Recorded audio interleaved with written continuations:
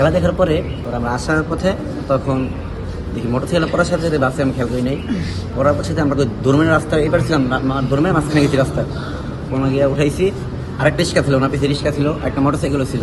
পরে ওনারা ধরছে একজন, আমি ধরছি একজনকে। ধরার পরে যে মুরব্বী ওই জায়গায় উনি জায়গায় মনে হয় ডিট হয়ে গেছে।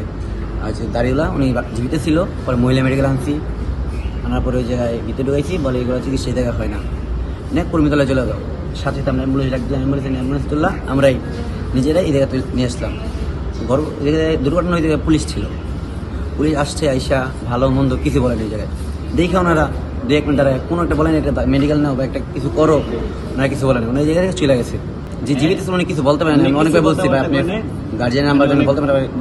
মহিলা মেডিকেল নেওয়ার পরে বলছি, ফোনটা বাইর করছি পকেট থেকে, আমি নিজেই বাইর করছি ওনার ফোনটা, ভাই আপনি পাসওয়ার্ডটা দেন, আমরা আপনার ফ্যামিলি যোগাযোগ দিতে পারবো না। ফোনে বলছে 12 এই কথাটা বলছে, মানে 12 লক। পরে আমরা অনেক চেষ্টা করছি, ফোন দেয় না। পরে ওনার নাম্বারে ফোন দিচ্ছি, সেভ করে আর কি, ভাই বুঝে সেভ করছি, তখন নাম্বার আসছে ভাই দেওয়া।